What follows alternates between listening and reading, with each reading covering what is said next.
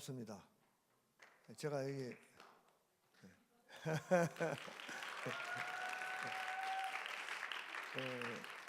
나는 이거 좀 꺼주면 좋겠습니다. 화면만 잘 나오면 됩니다. 이건 저는 이거 좀 꺼주면 좋겠습니다. 여기서 이거 빛 때문에 학생들이 안 보여서 완전히 꺼버리면 좋을 것 같아요. 예, 고맙습니다. 지난 첫 시간에 이어서 이제 물론 제가 여기 와서 한 6번째 강의를 하는데 그 동안에는 오프닝이었고 이제 지난주부터 이제 우리가 본격적으로 정식 강의를 시작했어요. 오늘이 2번째인데 제가 오늘은 설사를 한 5번 하고 왔어요. 미안한 말인데 손 깨끗이 씻고 그러고 왔어요. 긴장해가지고 또 지난번에 올 때는 한 10번 설사를 하고 굉장히 힘들게 섰어요. 왜 그랬을까 생각을 해봐요. 보니까 제일 중요한 VIP 손님을 만나러 오는 기분으로 서서 그래요. 여러분들 그러니까 초등학교 5학년부터 고등학교 3학년까지 그러니까 인생에서 가장 중요한 시기에 있는 여러분들에게 이 귀한 말씀을 전한다는 것이 이게 꿈인지 생시인지 진짜예요. 저는 속으로 여기를 선생님들을 사실은 대화법을 하러 2년 전에 여기를 내려오면서 벌써 2년 됐네요. 이제 2년 전에 내려오면 9월에 내려왔으니까 그러니까 1년 반쯤 전에 내려오면서 속으로는 이런 생각을 했어요. 야, 이 학교 학생들 중에 많은 수는 내가 못하겠고 한 2-3명 정도 학생들을 입시 과정이 다 끝나고 부담이 없는 학생들을 한 2-3명만 좀 나한테 일주일에 1시간 정도 시간을 주면 내가 내려와서 그 학생들하고 하나님께서 나한테 평생 주신 이 말씀하고 이런 것들을 좀 전해주고 내가 하나님 앞에 갈 수 있으면 좋겠다 이런 생각을 했어요. 안 목사님한테는 한 번인가 그런 말을 했어요. 지나가는 말로. 나는 사실은 여기 젊은 학생들에게 나는 관심이 있다고. 전체는 몰라도 한 2-3명이라도 좀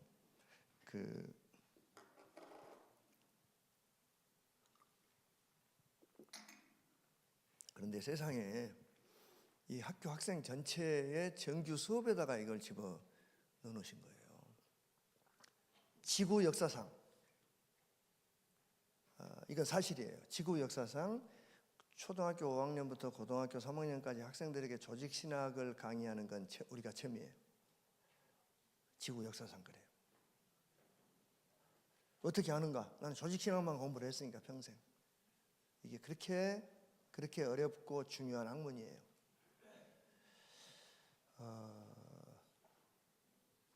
그런데 이제 굉장히 쉽게 지금 우리가 공부를 하고 있는 거죠. 우리가 조직신학 1부 중 우리가 2강을 시작하겠습니다. 예수님이 들려주시는 하나님의 심정 이야기. 우리가 예수를 믿는다는 건 뭘 믿는 거냐면 우리는 예수님이 믿으신 하나님을 믿는 거예요. 우리 학생 앞에 여기 둘이 장난치려면 그냥 나가서 방해가 자도 돼요. 괜찮아요. 알겠죠? 그러니까 여기서 잠이 와서 조는 것은 나 스트레스를 받지 않아요. 그러나 여기서 강의 시간에 장난을 치는 것은 안 해줬으면 좋겠어. 이제 뒤에 가서 하든지 아니면 강의실을 나가도 괜찮아요. 무슨 말인지 알겠죠? 나는 강의를 듣고 싶지 않은 사람들에게는 전혀 관심이 없어요. 여기 한 명이라도 듣고 싶은 사람이 있으면 나는 여기를 내려올 거예요. 매주. 알겠죠? 그러니까 장난을 치거나 다른 건 하지 말아요. 방해는 하지 말라고. 방해는. 알겠죠? 그러니까 내가 듣기 싫어서 혼자 자는 건 괜찮아요. 다른 사람 강의 듣는 걸 방해하면 굉장히 시간 낭비잖아요. 굉장히 귀한 시간인데 예수님이 들려주시는 하나님의 심정 이야기. 그러니까 우리가 예수를 믿는다는 건 뭐냐면 예수님이 믿으신 하나님을 믿는 거예요. 예수님이 믿으신 하나님을 예수님처럼 생각하는 거예요. 어떤 사물에 대해서 우리가 예수님이 응답하신 것처럼 우리도 응답하는 거예요. 반응하지 않고. 그러니까 우리가 이제 오늘은 제가 지금 눈이 잘 안 보여서 비유들의 배경, 누가복음 15장 서론, 비유들의 배경. 혹시 조직이나 강의를 들으면서 제 강의에 관심이 있는 분들은 책을 읽었으리라고 봐요. 다 읽었으리라고 기대는 하지 않고 관심 있는 분들은 읽었을 텐데, 서론을 읽으면서 세상에 무슨 책에 서론이 책 한 권이다 이렇게 생각 안 들었어요? 그렇죠? 제가 그렇게 멍청해 보여요? 별로 멍청해 보이지 않죠? 근데 왜 그렇게 서론을 길게 썼을까요? 서론이 없이는 본론은 의미가 없어요. 서론을 알지 않고는 이 책을 쓴 사람이 도대체 어떤 사람인지, 어떤 생각을 하고 있는지, 어떤 인생을 살아왔는지 그걸 알지 않고는 내용은 의미가 없는 거예요. 내용은 보이지 않아요. 그래서 우리가 비유들을, 예수님을 이해하려면, 예수님처럼 하나님을 믿으려면 예수님이 이야기를 해주시는 배경을 알아야 돼요. 배경을. 그래서 우리가 배경을 공부하는 겁니다. 제가 약을 너무 많이 먹어서 눈이 저기 또 잘 안 보여서 뒤를 보고 할게요. 누가복음 15장 한번 읽어보겠어요. 10번 읽어보라고 그랬는데 혹시 10번 읽어본 분? 학생들이라 어렵겠죠? 좋아요. 괜찮아요. 하여튼 강의만 잘 들어도 여러분들은 일단 하고 해야 하는 공부가 많으니까 강의만 잘 들어도 그 듣는 것은 사라지지 않아요. 저는 엔지니어예요. 저는 공학을 했어요. 그러니까 우리에게 들어가는 모든 에너지는 우리에게 기억이 나지 않을 뿐이지 우리의 뇌 속에 저장돼요. 하여튼 얼마가 됐든 저장이 된다고. 잘 들으면 돼요. 한번 읽어보겠습니다. 같이 시작. 모든 세리와 죄인들이 말씀을 들으러 가까이 나오니 바리새인과 서기관들이 수군거려 이르되 이 사람이 죄인을 영접하고 음식을 같이 먹는다 하더라. 예수께서 그들에게 이 비유로 이르시되 너희 중에 어떤 사람이 양 100마리가 있는데 그 중에 하나를 잃으면 99마리를 들여 두고 그 잃은 것을 찾아내기까지 찾아나지 아니하겠느냐. 즐거웠게 메고 집에 와서 그 벽과 이웃을 불러 모으고 말하되 나와 함께 즐기자. 나의 잃은 양을 찾아내었노라 하리라. 내가 너희에게 이르노니 이와 같이 죄인 한 사람이 회개하면 하늘에서는 회개할 것 없는 의인 99으로 말미암아 기뻐하는 것보다 더하리라. 어떤 여자가 10드라크마가 있는데 하나를 잃으면 등불을 켜고 집을 쓸며 찾아내기까지 부지런히 찾지 아니하겠느냐.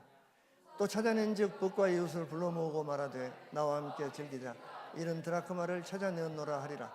내가 너희에게 이르노니 이와 같이 죄인 한 사람이 회개하면 하나님의 사자들 앞에 기쁨이 되느니라. 또 이르시되 어떤 사람에게 2 아들이 있는데 그 둘째가 아버지에게 말하되 아버지가 재산 중에서 내게 돌아올 분깃을 내게 주소서 하는지라. 아버지가 그 살림을 각각 나누어 주었더니 그 며칠이 안 되어 둘째 아들이 재물을 다 모아가지고 먼 나라에 가 거기서 허랑방탕하여 그 재산을 낭비하더니 다 없앤 후 그 나라에 크게 흉년이 들어 그가 비로소 궁핍한지라. 가서 그 나라 백성 중 한 사람에게 붙여 사니 그가 그를 들로 보내어 돼지를 치게 하였는데 그가 돼지 먹는 쥐염 열매로 배를 채우고자 하되 주는 자가 없는지라. 이에 스스로 돌이켜 이르되 내 아버지에게는 양식이 풍족한 품꾼이 얼마나 많은가. 난 여기서 줄여 죽는구나. 내가 일어나 아버지께 가서 이르기를 아버지 내가 하늘과 아버지께 죄를 지었사오니 지금부터는 아버지의 아들이라 일컬음을 감당하지 못하겠나이다. 나를 품꾼의 하나로 보소서 하리라 하고 이에 일어나서 아버지께로 돌아가니라. 아직도 거리가 먼데 아버지가 그를 보고 측은히 여겨 달려가 목을 안고 입을 맞추니 아들이 이르되 아버지 내가 하늘과 아버지께 죄를 지었사오니 지금부터는 아버지의 아들이라 일컬음을 감당하지 못하겠나이다. 나를 품꾼의 하나로 보소서 하나 아버지는 종들에게 이르되 제일 좋은 옷을 내어다가 입히고 손에 가락지를 끼우고 발에 신을 신기라. 그리고 살찐 송아지를 끌어다가 잡으라. 우리가 먹고 즐기자. 이 내 아들은 죽었다가 다시 살아났으며 그들이 즐거워하더라.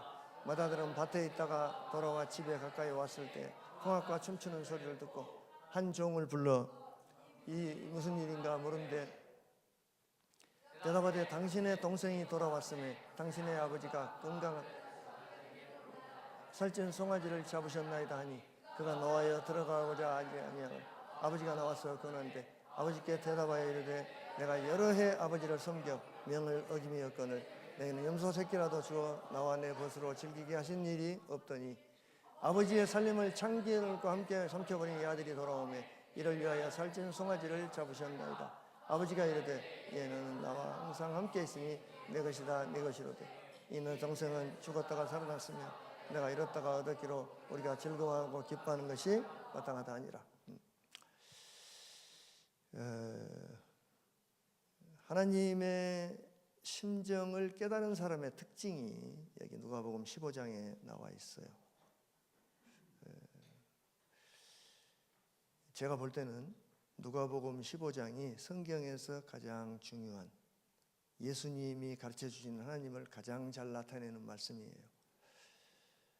여러분들이 지금 생각하고 있는, 여러분들이 들었던 누가복음하고는 전혀 상관없는, 전혀 새로운 세계, 반전의 반전을 거듭하는 참 엄청난 그 작품, 문학 작품이에요. 예수님께서 쓰신 단편 소설이라고요.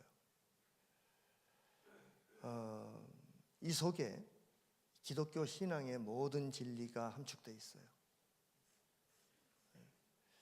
하나님의 심정을 깨달은 사람의 특징이 뭘까요? 하나님의 심정을 깨달으면,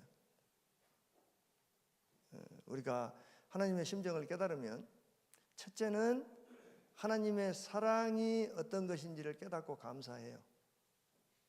첫째는 감사한다고요. 둘째는 내 꼬락서니를 보면서 하나님께 죄송한 마음이 들어요. 제가 하가다를 해보니까, 하가다를 하루에 5,000개씩 해보니까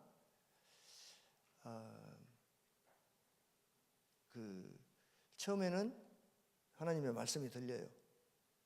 그러다가 한 3,000개가 넘어가면 내가 보여요. 말씀마다 내가 보이고. 또 그리고 세 번째는 그럼 내가 어떻게 하면 하나님께 보답해 드릴 수 있을까? 내가 뭘 해야 하는가 하는 게 보인다고요. 우리가 이것에 대해서 앞으로 제가 여기 와서 한 3년 강의를 할 거예요. 이 세 가지에 대해서. 사도 바울은 하나님의 심정을 깨닫고 거듭나서 감사하며 로마 교회에 다음과 같이 말합니다. 로마서 12장 1, 2절 시작. 그러므로 형제들아 내가 하나님의 모든 자비하심으로 너희를 권하노니 너희 몸을 하나님이 기뻐하시는 거룩한 산 이는 너희가 드릴 영적 예배니라. 너희는 이 세대를 본받지 말고 오직 마음을 새롭게 함으로 변화를 받아 하나님의 선하시고 기뻐하시고 온전한 뜻이 보시고. 그러니까 내가 하나님의 모든 자비하심으로 하나님이 갖고 있는 모든 자비를 다 털어서 너희에게 전하는데 너희 몸을 하나님이 기뻐하시는 산 제물로 드리라. 그것이 너희들이 드릴 예배다. 너희는 이 세대를 본받지 말고. 이 학교는 이 세대를 본받지 않으려고 노력하는 학교죠. 그렇죠.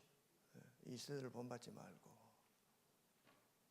지금 이 세대는 극단으로 가고 있어요. 양극단으로. 태극기 부대는 자기들 기준 가지고 설치고, 또 촛불 부대는 또 촛불 나름대로만 하고 있고, 양쪽 다 극단이에요.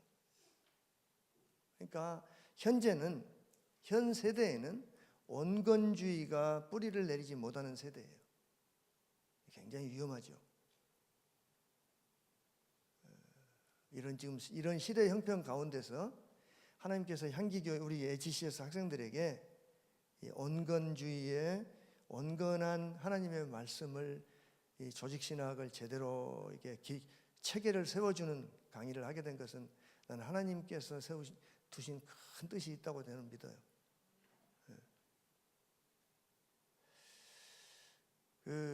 이 세대를 본받지 말고 마음을 새롭게 함으로.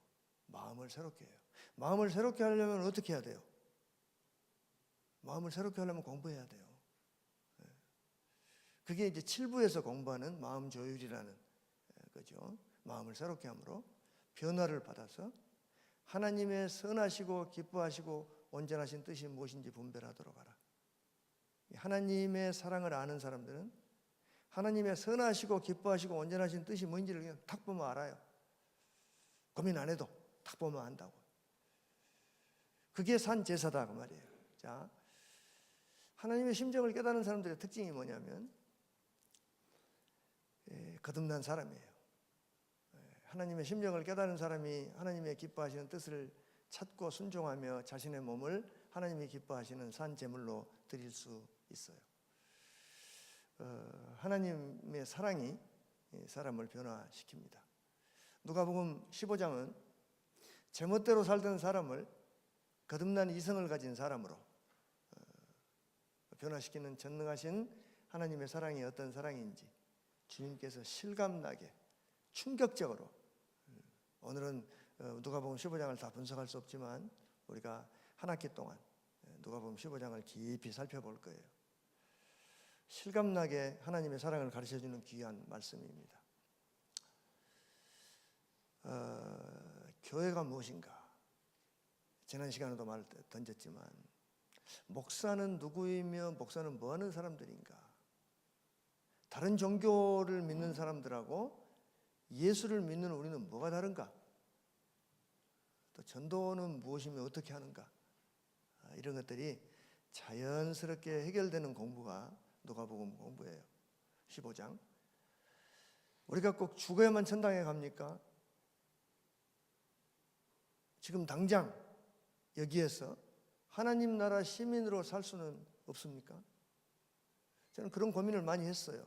저는 구체적으로 어떻게 하면 내가 이 땅에서 하나님 나라를 사는 그 꿈 같은 일이 내 살아생전에 실제적으로 경험할 수 있는가?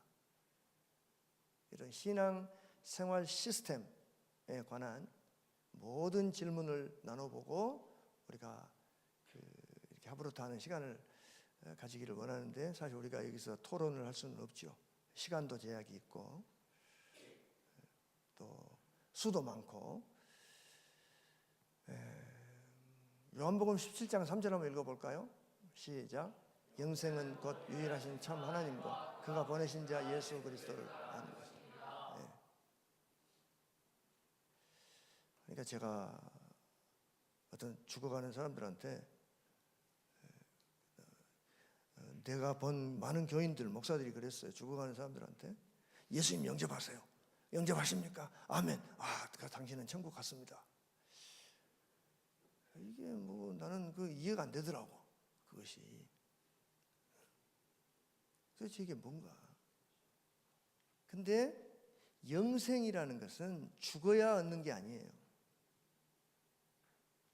전혀. 성경이 말하는 내용과 우리 지금 한국 교회가 가르치고 있는 내용은 전혀 동떨어져 있어요. 영생은 뭐예요? 여기 보니까 예수님이 말씀하신 거예요. 예수님이 직접 말씀하셨다고 사도 요한이 써놓은 글이에요. 다시 한번 읽어보겠어요. 시작. 영생은 곧 유일하신 참 하나님과 그가 보내신 자 예수 그리스도를 아는 것입니다. 영생은 뭐예요? 저기 보니까 하나님을 아는 거라고요. 하나님을 아는 거, 예수님을 아는 거. 아는 게 영생이라고. 아는 것이 영생이라고요. 알면 영생이 온다는 말이 아니라, 지금 이 말이 이해가 돼요? 요한이 충격적인 말이에요. 지금 1세기에 써놓은 엄청난 이야기라고요. 예수님을 알고 하나님을 알면 너희들에게 영생이 주어진다고 말하지 않았어요. 아는 것 자체가 영생이라고 말했다고요. 아는 것 자체가. 그렇죠? 이것을 우리가 좀 공부하려면 좀 깊이 공부를 해야 돼요. 그러나 그 말씀을 한번 우리가 보는 거죠. 그러면 하나님을 안다는 말은 하나님의 뭘 안다는 뜻일까요? 영생이 하나님을 알고 예수님을 아는 거라고 그랬는데, 그러면 하나님을 안다, 뭘 안다는 말일까요? 하나님을 안다. 하나님 뭘 알아요?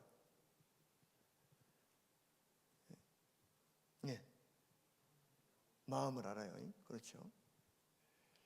우리 한글은 형용사가 굉장히 발달되어 있는 반면에 동사가 조금 우리는 좀 동사가 좀 원시적이에요. 글이 제가 가서 외국 가서 공부를 언어를 여러 가지를 해보니까 우리 그런 동사가 그러니까 우리가 좀 이쪽에 한반도에 들어와 살면서 우리 한글이 이게 우리 조상들이 한반도로 이민을 오면서 그 동사가 멈춘 것 같아요. 동사가. 그러니까 저기 라틴 아메리카를 가보면 라틴 아메리카에서 쓰고 있는 스페인어는 현대 스페인어가 아니에요. 콜럼버스가 군대를 끌고 가서 라틴 아메리카를 점령하던 그때 당시에 쓰던 카탈루냐 사람들이 쓰던 언어를 쓰고 있는 거예요. 그래서 고어예요. 고어. 남미에서 쓰고 있는 스페인어는 고어라고요. 이민을 갈 때 그 문화가 그대로 딱 멈춰요. 그래서 스페인어에 보면 동사가 그래도 16세기 스페인어가 현대 한국어보다 동사는 발달되어 있어요. 예를 들어 이래요. 사람을 안다 그러면 내가 너 누구 알아? 그러면 내가 알아. 그럼 그 말은 무슨 말이냐면 현금으로 한 50만 불 정도를 그 사람 이름으로 내가 빌려줄 수 있다는 이야기예요. 예를 들어서 간단히 말하면 유대인들이 쓰는 스페인어에서 내가 안다. 내가 안용현 목사님을, 근데 조수고 목사님, 안용현 목사님을 아세요? 안용현 목사님이 저한테 저를 보증해서 얘기를 보냈습니다. 우리는 스페인, 아르헨티나에서 우리가 자비랑으로 옷장사를 했으니까 안용현 목사님이 저한테 50만 불어치 정도의 옷을 좀 이렇게 우선 도매로 주라고 했습니다. 그러면 주는 정도가 아는 거예요. 그러니까 예를 들어서 나는 그 사람의 얼굴을 안다. Yo conozco por la cara. 그러면 나는 얼굴만 안다 이 말이야. 얼굴만 안다. Conozco por nombre. 그럼 나는 그 이름만 안다. 그 이름은 들어봤어 그 사람을. 그러면 신용 안 한다고 말이에요. Yo conozco bien. 그러면 내가 책임질 테니까 그 사람이 하는 것은 내가 다 줄 수 있어 이 말이라고요. 완전히 다른 말이에요. 성경에 안다는 말이 그 동사예요. 그래서 이스라엘의 70인역이란 우리가 보고 있는 성경은 전부 70인역에서 오는 거예요. 그러니까 70인역을 뭘로 번역하냐면 히브리어를 라틴어로 번역을 해요. 라틴어가 하나님의 행동을 설명하기에 가장 좋은 글이라는 거예요. 그래서 하나님을 안다는 건 뭘 안다는 걸까요? 하나님의 얼굴을 안다는 거예요? 하나님의 이름을 안다는 거예요? 성경 글자를 안다는 거예요? 전혀 아니에요. 하나님을 안다는 것은 하나님의 마음을 안다는 거예요. 하나님의 심정을. 하나님의 심정을 아는 것이 영생이다 그 말이에요. 그럼 그 하나님의 심정이 뭔가? 그걸 우리가 또 공부를 해야죠.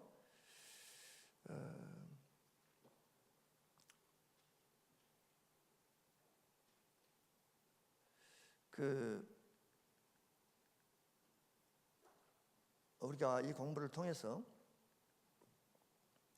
이 강의에 지금 억지로 와 있는 학생들 말고 여기 정말 이 강의가 듣고 싶어서 온 학생들은 이 강의 공부를 통해서 하나님을 개인적으로 참 만나는 그런 계기가 됐으면 좋겠습니다. 누가복음 15장에 몇 가지 비유가 있습니까? 예? 세 가지 비유가 있죠. 뭐예요? 응? 우리 학생 이름이 뭐예요? 네. 한빛. 예, 그렇죠.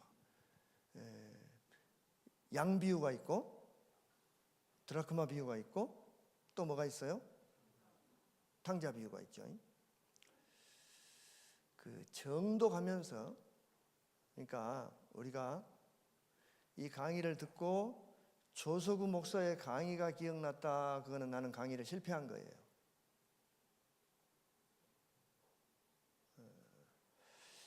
그래서 여기를 오면서 제가 강의를 오기 전에 설사를 하는 거죠. 어떻게 하면 내 말이 생각나지 않고 본문이 생각나게 해줄 수 있을까?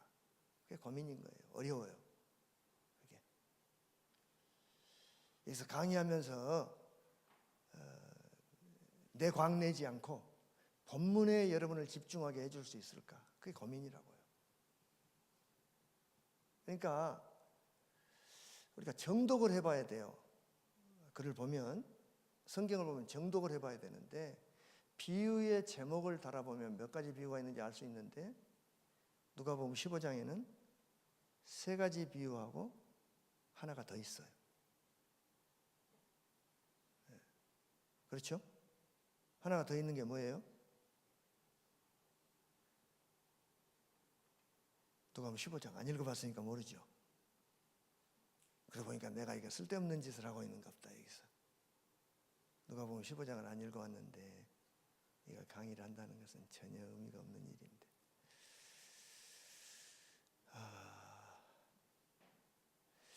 아무리 공부가 바빠도 여기 올 때 한번 누가복음 15장을 한 번은 좀 읽어보는 게 좋을 것 같아요. 본문을. 그렇죠? 누가복음을 이야기하는데 탕자 비유가 있는 것 같은데 그 뒤에 또 무슨 이야기가 있어요? 큰아들 이야기가 또 있죠. 그렇죠? 그러니까 각 비유의 제목을 한번 달아볼까요? 제목을. 그러니까 우리가 어떤 책을 읽으면 우리 선생님들하고는 제가 그런 공부를 많이 했어요. 어떤 책을 읽으면 제목이 남아야 돼요. 제목을 잘 따라야 되거든요. 누가복음 15장에 보면 비유라는 문학 장르는 앞으로 여러분들이 이제 대학에 가면 공부를 하게 될 텐데 전달하고자 하는 초점을 부각시키기 위한 목적이 있어요. 초점, 제목만 부각하면 돼요. 비유에서는. 그래서 그 비유의 초점을 파악하려면 우리가 제목을 붙일 수가 있어요. 비유의 초점을 바르게 깨달은 사람이 올바르게 깨달은 사람이라고 할 수가 있습니다. 각 비유의 첫 비유의 제목이 뭐예요? 예? 잃어버린 양. 저기 뭐라고 써졌어요? 한번 읽어봐요. 시작. 절대 아니라고요. 완전한 반전이에요. 절대 아니에요. 감춰져 있어요.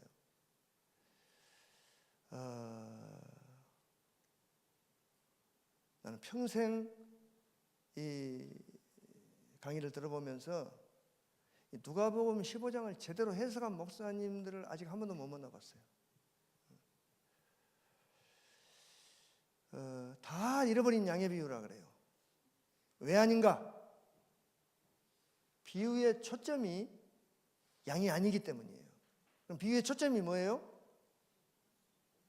비유의 초점이 뭐예요? 예?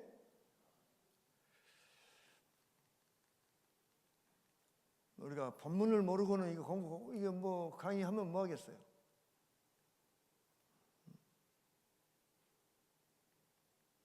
자, 우리 첫 비유만 한번 봅시다. 첫 비유 읽어봅시다. 시작.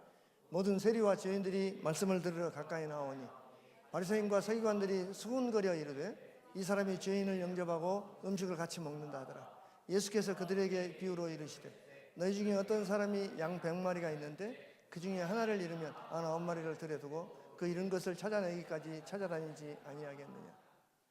또 찾은즉 즐거워 어깨에 메고 집에 와서 그 벗과 이웃을 불러 모으고 말하되 나와 함께 즐기자. 나의 잃은 양을 찾아내었노라 하리라. 내가 너희에게 이르노니 이와 같이 죄인 한 사람이 회개하면 하늘에서는 회개할 것 없는 의인 9 말미암아 기뻐하는 것보다 더하리라. 초점이 뭐예요? 응? 목자의 뭐? 응? 이름이 뭐예요? 우리 마이크 하나 좀 갖다 주시면 좋겠는데. 학생 이름이 생각이 내가 날 것 같이 하는데 지금 안 나요. 우리 김성철 목사님 조카지? 우리 저쪽에 맨 오른쪽. 여기서 초점이 뭐예요? 목자입니다. 목자의 뭐? 목자의 얼굴? 목자의 넥타이? 아니요. 목자가 양을 찾았을 때 기쁨? 기뻐하는 마음이 초점이에요. 그렇죠? 네. 그런 것 같아요? 안 그런 것 같아요? 그런 것 같아요. 이름이 뭐예요? 내가 잊어버렸어요. 김재원입니다. 재원이. 네, 맞아. 그러니까 비유의 초점을 알아야 이 말씀을 읽을 수가 있어요. 그러니까 초점을 모르니까 엉터리로 읽고 있는 거야. 초점이 뭐예요? 어떤 마음? 잃어버린 양을 찾아서 99마리가 있는 것보다 더 기뻐하는 목자의 마음이라고요. 99마리로 말미암아 기뻐하는 것보다 잃어버린 한 마리를 더 기뻐하는 목자의 마음.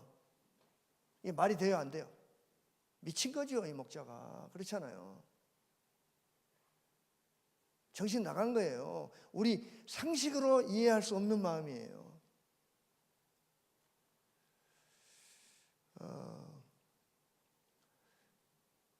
그러니까 이것을 그 강의를 1시간에 한 강을 한다는 게 사실은 굉장히 이게 불가능한 일인데 책에 그나마 좀 써놨으니까 책을 정독을 좀 해보면서 그 목자의 마음을 보면 좋겠어요.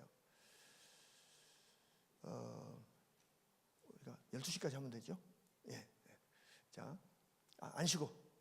예, 좋아요.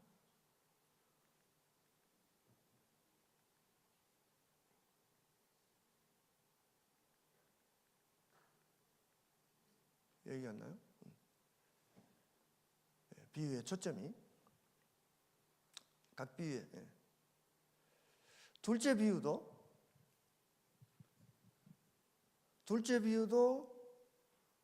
제목이 뭐예요?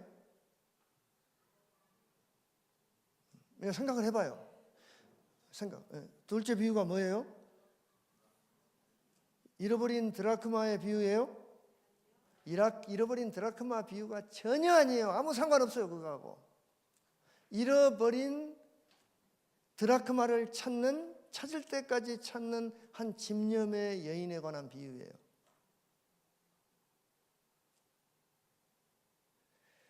잃어버린 드라크마가 별로 가치 없는 은전 하나예요.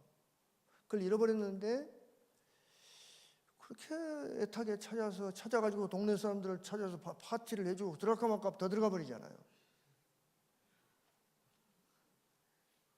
그게 하나님의 마음이라는 거예요. 그걸 설명해 주는 글이라고요. 셋째 비유 역시 돌아온 탕자의 비유가 아니에요. 절대 아니라고요. 탕자의 아버지, 착한 아버지에 관한 비유예요. 마지막 비유, 맏아들에 관한 비유 역시 마찬가지예요. 집안에 있는 탕자, 그 새끼 아버지 마음도 모르고 일은 열심히 하는데, 우리가 지난 시간에 배웠잖아요. 일은 열심히 하는데 아버지는 골치 아파. 그 새끼 열심히 일할수록 아버지는 골치 아프다고요. 그러니까 하나님이 우리에게 바라시는 것은 열심히 일하는 게 원하는 게 아니에요. 자기 마음을 알아주는 것을 원한다고요. 그래서 비유의 초점이 뭐예요? 누가복음 17장 15장 7절 초점을 한번 읽어보겠어요. 시작. 내가 너희에게 이르노니 이와 같이 죄인 한 사람이 회개하며 하늘에서는 회개할 것 없는 의인 하나로 말미암아 기뻐하는 것보다. 그러니까 하나님이 제일 기뻐하시는 게 뭐예요? 회개하는 거예요. 죄인이 회개하는 거라고요. 회개하는 것이 회개할 것 없는 의인 99으로 말미암아 기뻐하는 것보다 더한다 그랬어요. 이게 무슨 말인지는 앞으로 이제 점점 우리가 좀 깊이 생각을 해볼 거예요. 회개할 것 없는 사람이 있을까요? 없어요. 근데 자기가 회개할 것 없다고 착각하는 멍청이들 99명보다 나는 회개할 것이 있습니다 라는 한 사람을 보는 아버지의 마음이 제일 기쁘다 그 말이죠.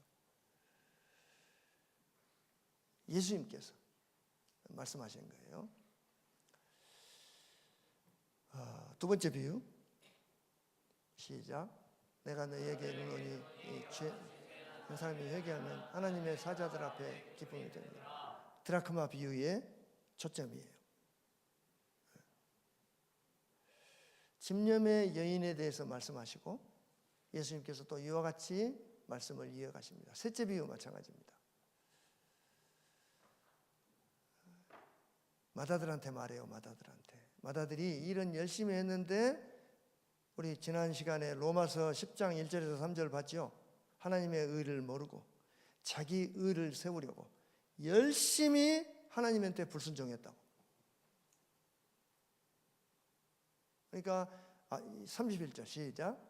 아버지가 이르되 예 너는 항상 너와 함께 있으니 내 것이다 내 것이로되 이 내 동생은 죽었다가 살아났으니 내가 잃었다가 얻었기로 우리가 즐거워하고 기뻐하는 것이 마땅하다.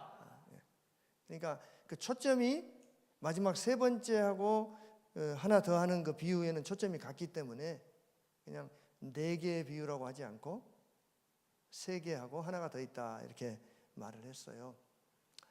비유의 초점이 하나님이 몹쓸 죄인을 얼마나 사랑하시는가, 그 하나님의 심정, 하나님의 사랑에 초점이 있다는 거죠.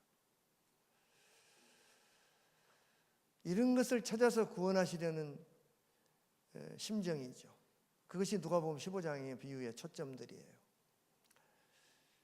누가복음 19장 10절 한번 읽어볼까요? 시작. 인자가 온 것은 잃어버린 자를 찾아 구원하려 함이니라. 그 말씀에서 중요한 것은 세 가지 비유가 모두 똑같은 내용을 다루고 똑같은 초점에 집중하고 있다는 사실이에요. 죄인 하나가 회개하면 하나님께서 얼마나 기뻐하시는지를 가르치는 비유들이죠. 하나님께서 죄인을 향해 어떤 안타까운 관심과 사랑을 가지고 죄인들을 찾으시는가 하는 하나님의 그 깊으신 심정을 가르쳐 주기 위한 비유이죠. 7절과 10절에서 주님은 하나님의 사랑을 이와 같이라고 말씀하십니다. 이와 같이.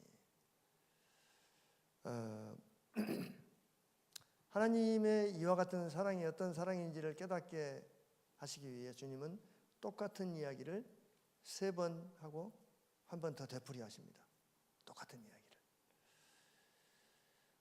누가복음 15장에 네 가지 비유가 있다고 하지 않고 세 가지 비유가 있다고 한 것이 그래서 그래요. 똑같은 내용의 비유를 세 번이나 되풀이하신 것은 왜 그랬을까요? 어떤 사람이 같은 이야기를 되풀이해요? 어떤 사람? 술 취한 사람. 나는 어려서 고나무 장터에서 컸어요. 그러니까 나는 술 취한 사람을 보면 나는 지금도 막 가슴이 떨려요.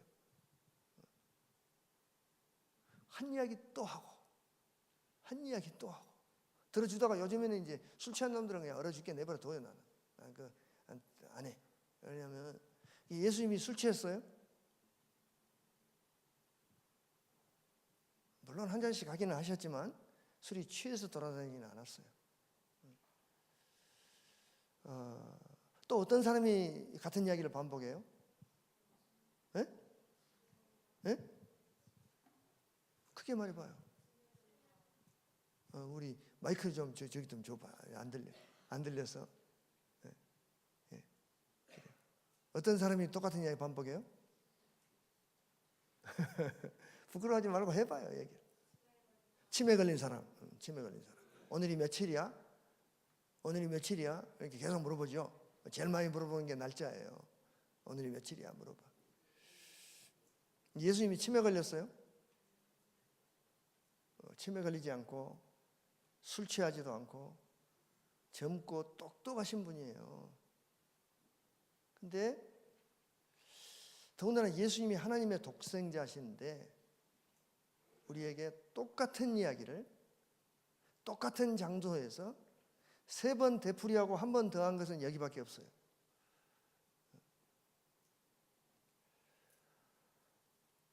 그것은 중요하기 때문에 그런 거예요. 중요하기 때문에. 그만큼 하나님의 마음을 아는 것이 중요하다는 거죠.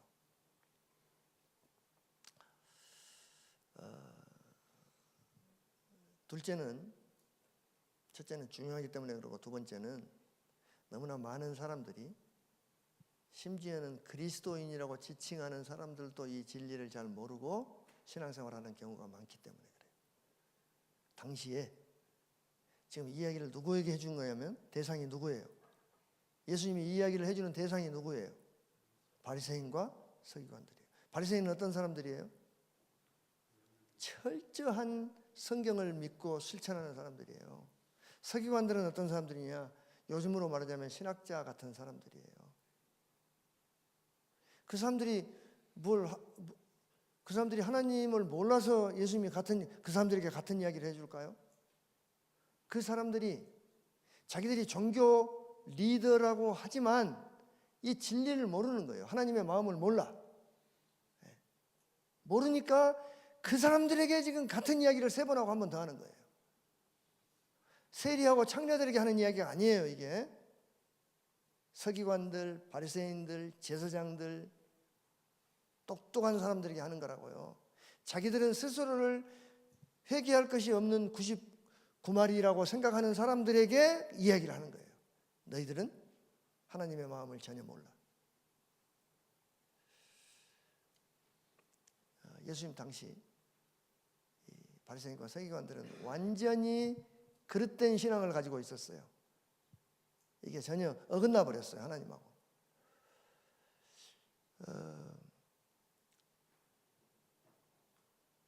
하나님에 대해서 알고 있다고 생각하지만 오늘날도 하나님에 대해서 알고 있다고 생각하지만 한국에서 우리 교단에 제일 유명한 세계적인 교회를 하는 목사님이 계세요.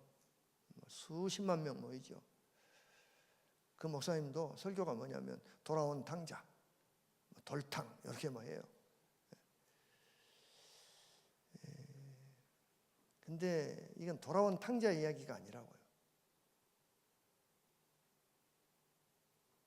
집 나간 아들을 향한 아버지의 심정, 거기에 우리가 초점을 맞춰야 된다는 거죠. 하나님을 바르게 알지 못하면 바른 신앙생활을 할 수 없으니까. 신앙생활에서 제일 중요한 게 뭐예요? 하나님을 아는 거예요. 하나님 뭘 알아요? 하나님의 마음을 아는 거예요. 그러니까 하나님의 마음에 대한 이야기를 한 자리에서 3번 하고 한 번 더 해주시는 거라고요. 아시겠죠? 우리가 내가 예를 들어서 보니까 담배를 끊고 싶은데 담배가 안 끊어지기도 하고, 또 어떤 사람들은 게임에 중독이 되는데 게임이 안 끊어지기도 하고, 아무리 담배를 끊어보려고 해도 안 되죠. 나도 고민해봤어요. 나도 수없이 그렇게 해봤어요. 근데 담배는 끊으려고 해서 끊어지는 것이 아니라 하나님의 심정을 깊이 알면 끊어져 버려요. 끊어지게 된다고요.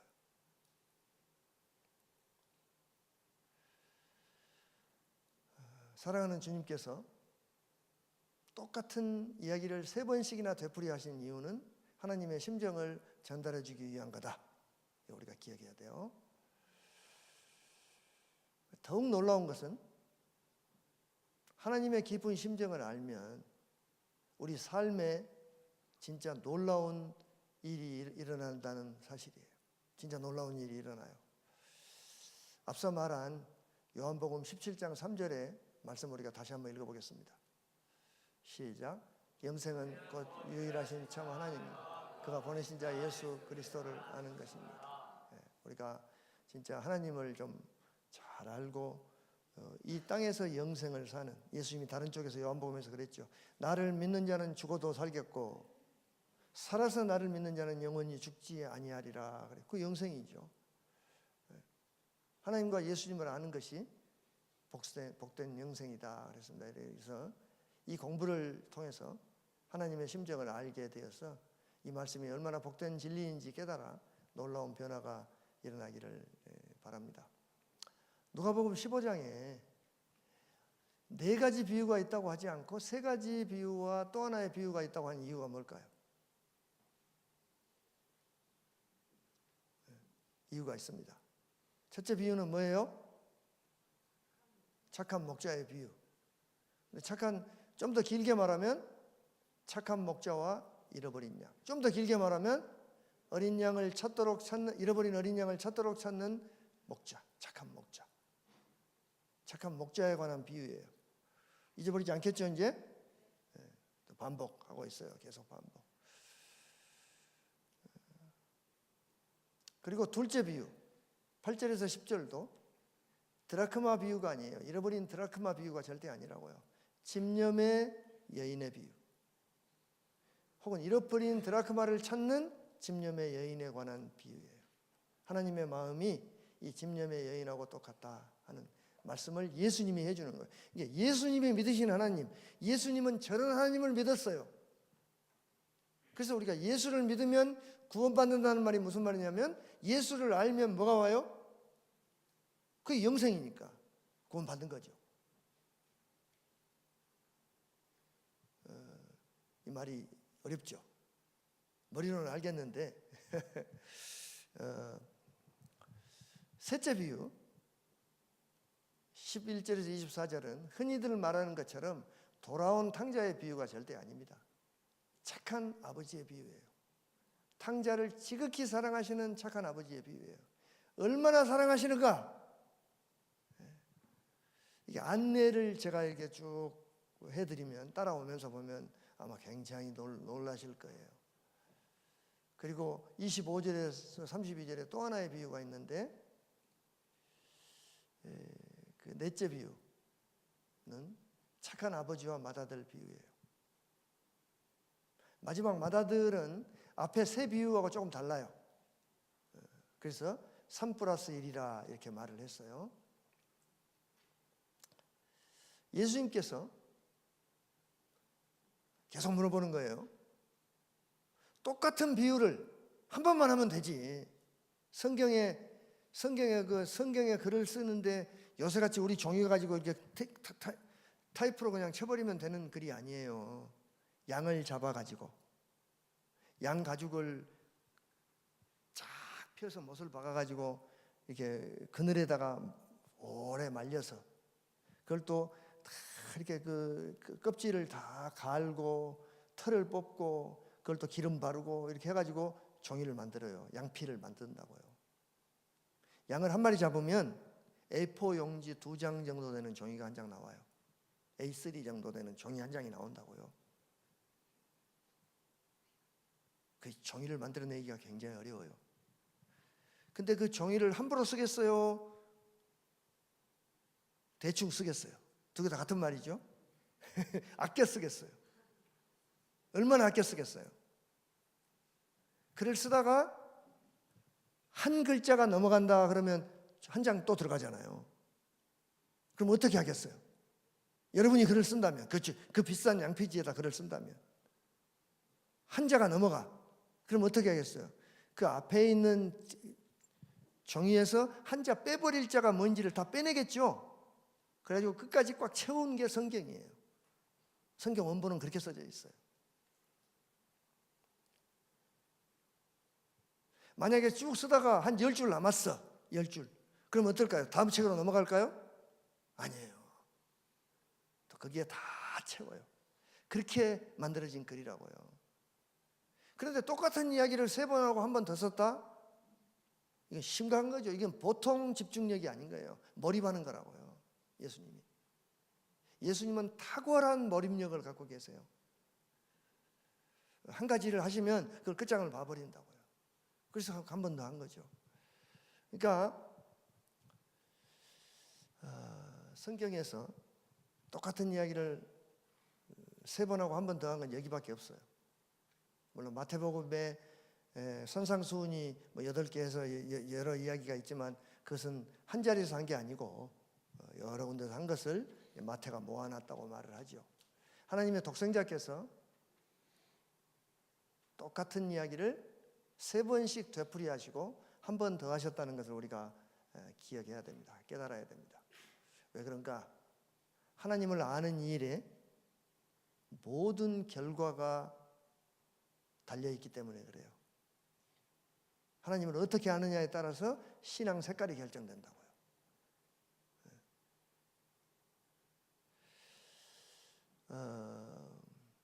하나님의 심정을 알고 신앙생활을 하든지, 하나님의 심정을 모르고 내 마음대로 신앙생활을 하든지, 우리가 우리의 의지대로 자유롭게 선택할 수 있어요. 내가 선택할 수 있다고요. 하나님의 심정을 좀 알고 내가 신앙생활을 하든지, 아니면 그냥 몰라도 대충 그냥 열심히 해. 막 기도하고 찬송하고 돈 갖다 바치고 막 교회 가고 일하고 할 수 있어요. 근데 뭘 선택을 못하냐면, 선택을 못하는 게 있어요.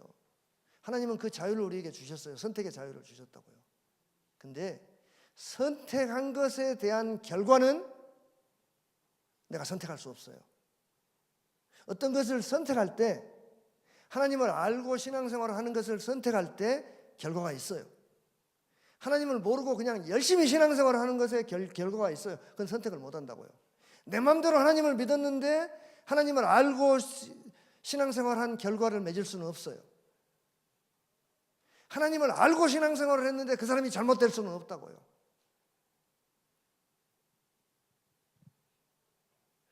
그러니까 마태복음 한번 읽어볼까요? 시작. 이와 같이 좋은 나무마다 아름다운 열매를 맺고 못된 나무가 나쁜 열매를 맺나니 좋은 나무가 나쁜 열매를 맺을 수 없고 못된 나무가 아름다운 열매를 맺을 수 없느니라. 그러니까 열매, 나무, 말하자면 나무가 하나님의 마음을 아는 거라면 열매는 우리 신앙의 결과가 나오는 거죠. 여러분들이 이렇게 관심이 없는지 모르지만 한국에, 세계에 유명한 많은 목사님들이 계세요. 근데 저는 제가 조사를 해봤어요. 난 조직신학자니까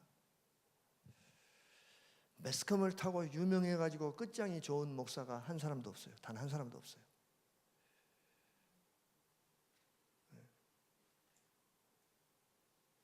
그래서 저는 사실은 이렇게 인터넷에 이런 강의가 올라가는 건 향기교회 와서 처음이에요. 그전에는 다 이런 건 이렇게 뭐 녹화하고 이런 건 난 강의 안 했어요.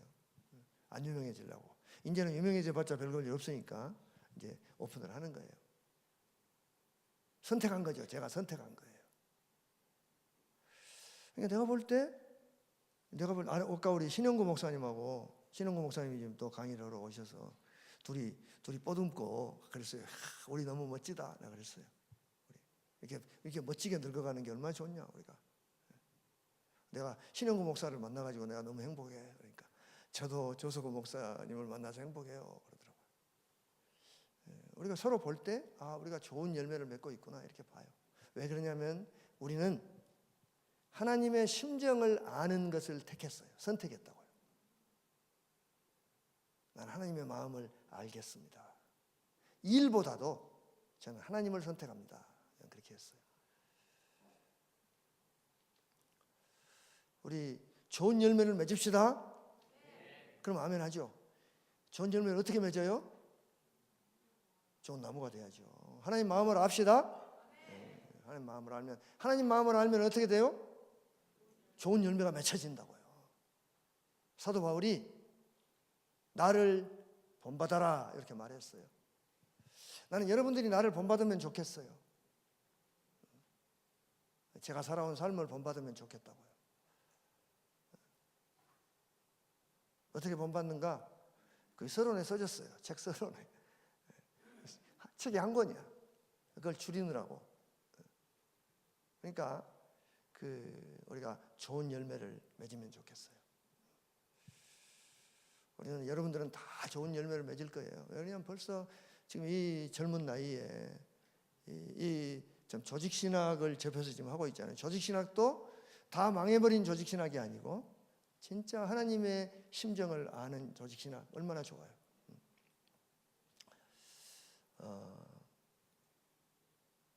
많은 종교인들이나 예수 믿는 사람들이 이 점이 분명하지 않아요. 내가 수없이 질문을 해봐도 답해주는 선생님이 없더라고. 아는 사람이 없어요. 그래서 내가 혼자 공부했어요. 혼자.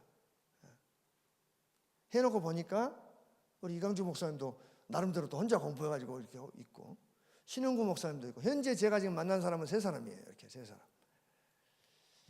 물론 몇 있어요. 또 있기는 있는데 우리가 같이 일하는 게 그렇다고 말이죠. 하나님의 심정을 바르게 알지 않고 어떻게 바른 그리스도인이 될 수 있겠어요? 하나님을 바로 알아야, 하나님의 심정을 바르게 알아야 하나님을 기쁘게 해드릴 수 있죠. 하나님의 심정을 알면 기적이 일어난다는 사실을 어떻게 알 수 있습니까? 또 한번 읽어봐요. 너무 중요한 말씀이니까. 여러분들은 하가다를 많이 하니까 내가 전혀 겁나지 않아요. 같은 걸 계속해도. 하가다 말고 다른 길은 없어요. 최종적으로는. 다시 한번 읽어보겠어요. 시작. 영생은 곧 유일하신 하나님과 그가 보내신 자 예수 그리스도를 아는 것입니다. 우리가 하나님과 예수 그리스도를 알면 이 말씀이 우리 가슴에 와서 닿아요. 그리고 납득이 돼요. 영생을 얻어요. 그게 영생이라고. 그게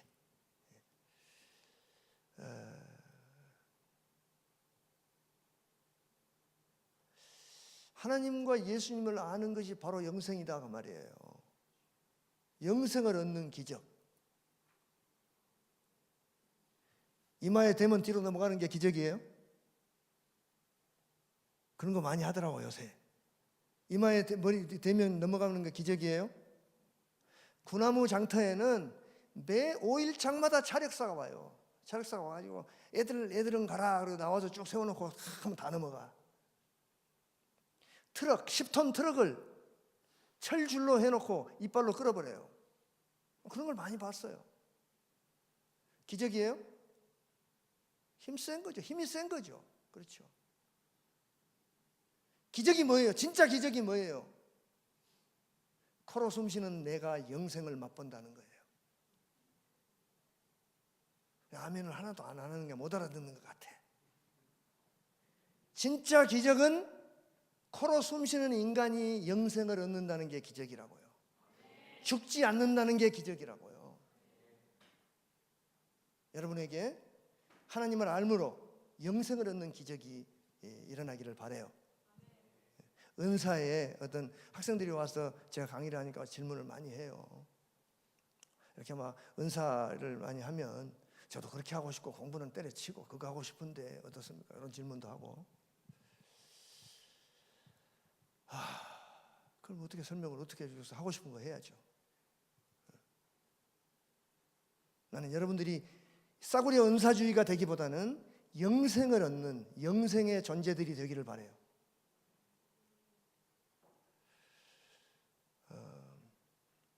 하나님을 안다는 게 뭐예요?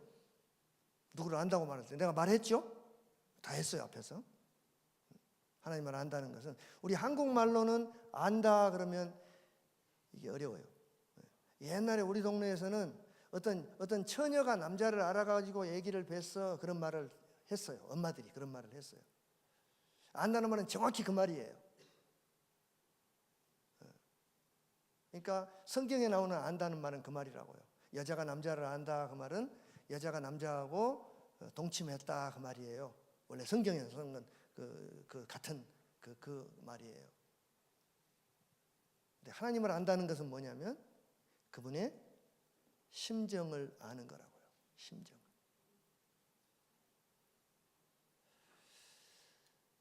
마음을 모르고 외모만 보고 안다 그러니까 자꾸 속지요. 홍해를 가르고 홍해를 가를 때 좋았죠. 이스라엘 사람들이 홍해를 가려니까 좋았죠. 광야에 들어가가지고 기적이 일어났어요, 안 일어났어요? 매일 일어났죠. 무슨 기적? 만나가 매일 내려와. 고기가 먹고 싶으면 고기도 와. 근데 그 기적 가지고 사람이 변해요, 안 변해요? 안 변해요.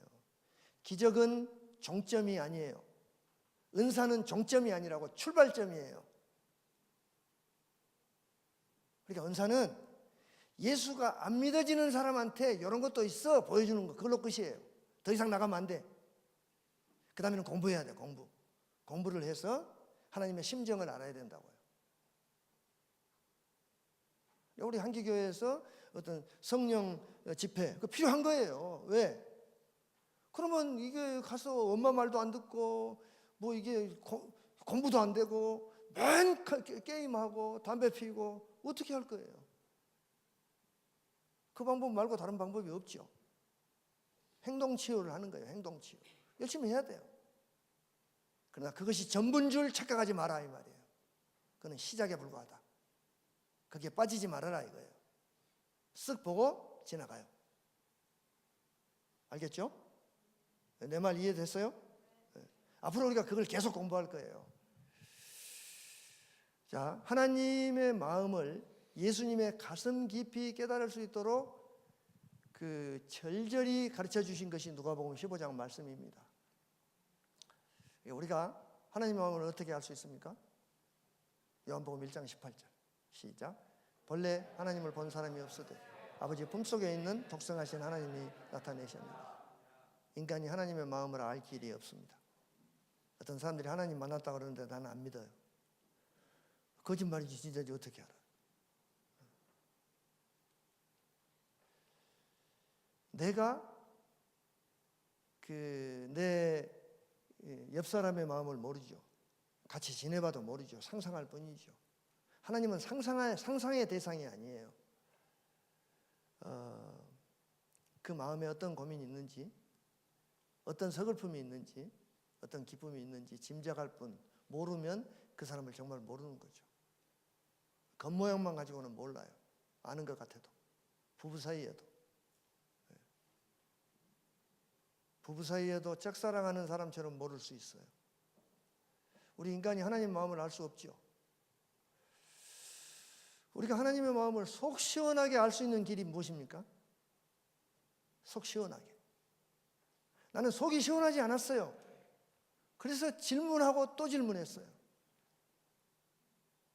속이 시원할 때까지. 한 가지밖에 없습니다. 그분이 자기 마음 문을 열어서 정직하게 진실하게 내 마음은 이렇다, 내 마음은 저렇다 우리에게 말해주면 알 수 있죠. 그렇죠? 또 말해준 그 사람이 말로만 하고 지 맘대로 사는 것이 아니라 자기가 말한 것을 그대로 실천하면 더 확실하죠? 그분이 예수님이에요. 그래서 우리가 예수를 믿는 거라고요. 말한 것을 그대로 실천하셨어요.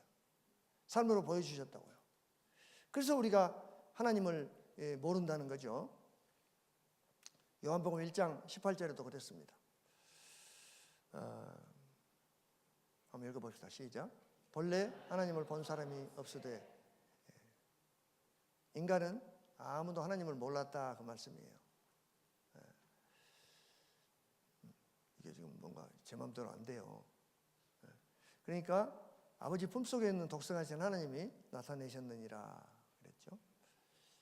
예수님이 하나님의 말씀으로 오셔서 하나님의 깊은 심정, 하나님의 마음을 우리가 알아들을 수 있는 말로 우리에게 분명히 가르쳐 주시죠. 질문도 받으시고 또 속 시원하게 납득이 가도록 하브루타도 해주시고 가르쳐 주시죠.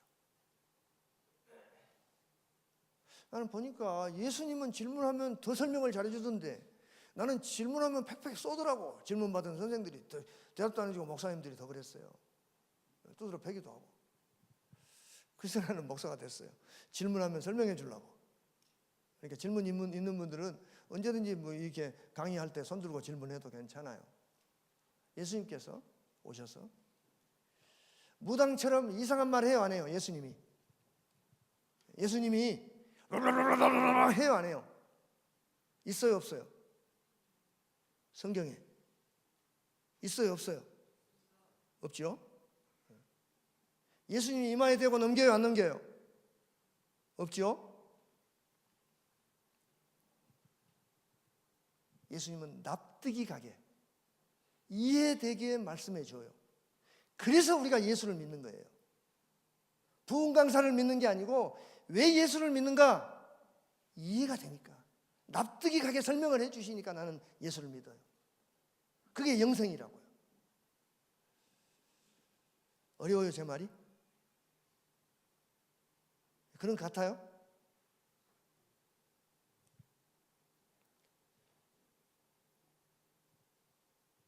바리새인들은 왜 예수님 말씀을 안 들었을까요? 바리새인들이 왜 예수님 말씀을 안 들었을까요? 자기들의 선입견 때문에, 편견 때문에 선입견을 가득 갖고 있었어요. 우리가 기독교 제가 보니까 한국에 들어와서 보니까 우리 기독교를 열심히 믿는 분일수록 편견과 선입견이 많아요. 자기 생각이에요. 자기 생각. 자기 생각으로 믿는 거예요. 하나님의 말씀으로 예수님이 가르쳐 주신 하나님을 믿는 게 아니고 편견으로 믿고 있다고요. 그래서 우리가 제가 말하는 게 편견이면 손 들고 질문해봐요. 목사님, 목사님이 생각하는 게 편견 같습니다. 근거를 가지고. 제 느낌에 그렇습니다. 그렇게 말하면 나는 안 들어요. 그러니까 근거를 가지고 말해보라고요. 그런데 그 사람들은 자기 답을 갖고 있다고 생각해요. 답답하다 말하죠. 답답하네, 답답해. 그게 뭐냐면 자기 답이 있어가지고 답한다 그 말이에요. 답답한 사람은, 답을 가지고 있는 사람은 답답해요.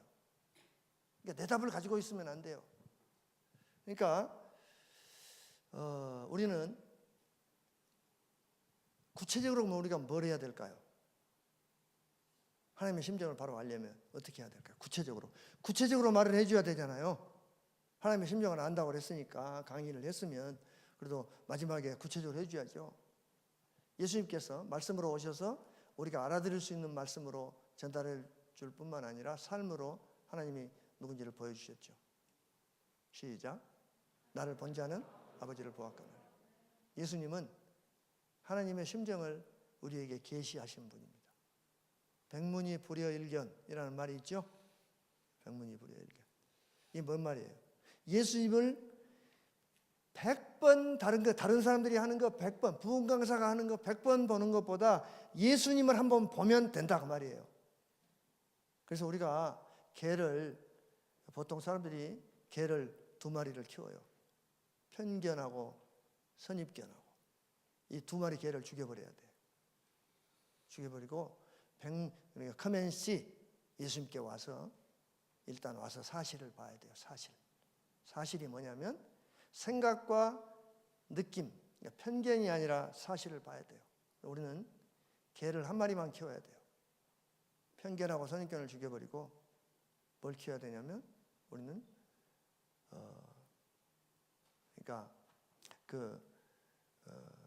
여기 그러니까 우리가 사실을 봐야 되는데 생각과 느낌, 편견이 아니라 사실을 봐야 되는데 그것을 공부하는 것이 조직신학 후속으로 출판될 이렇게 쉬운 것을 마음조율 그러니까 그 7부에 있는데 그 관계혁신으로 내 마음속에 완성되는 천국이 있어요.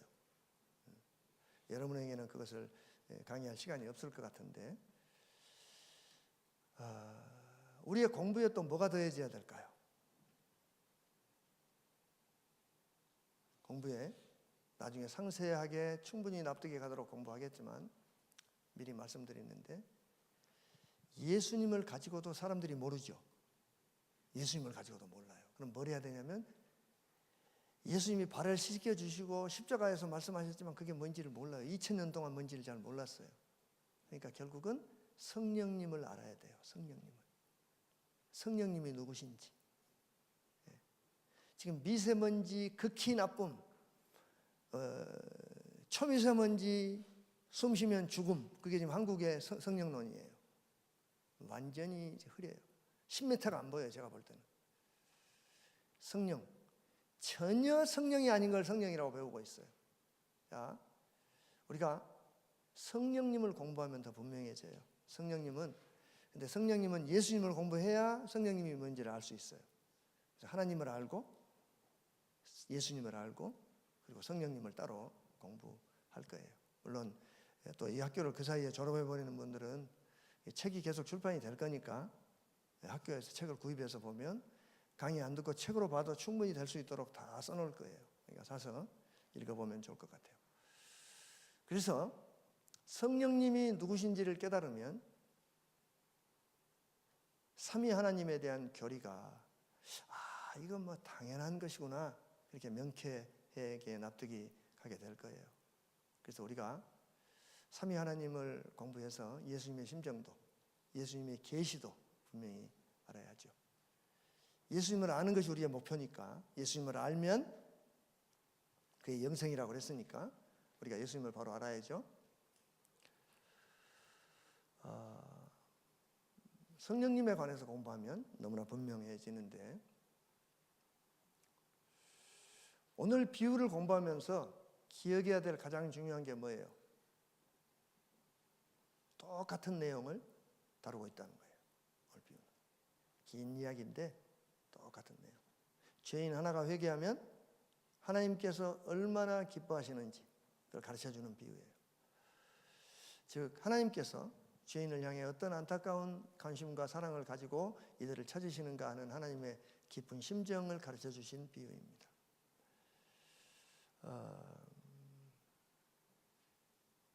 앞에서도 다뤘지만 하나님의 독생자이신 우리 주님께서 똑같은 내용의 이야기를 뭐 때문에 3번이나 되풀이하시고 한 번 더 하셨을까?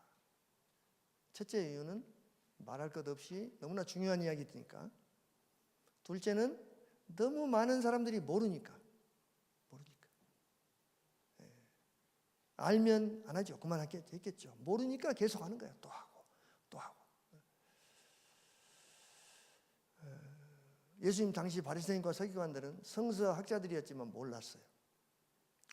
또 하나님에 관해 많은 것을 알고 있었는지는 모르지만 하나님의 마음은 몰랐어요. 제사 드리는 법 기가 차게 알았어요. 안식일 지키는 법 기가 차게 알았어요. 예수님이 그 필요 없다 그렇게 말씀하죠. 그러니까 너무나 많은 사람들이 하나님을 안다고 생각하지만 사실 하나님을 모르고 있었던 거죠. 그래서 하나님의 심정을 모르면 하나님을 모르는 거다. 또 알고 있다고 생각하는 많은 신자들도 하나님의 마음에 관해 너무나 피상적인 지식만 갖고 있다. 그래서 반복하셨다는 거죠.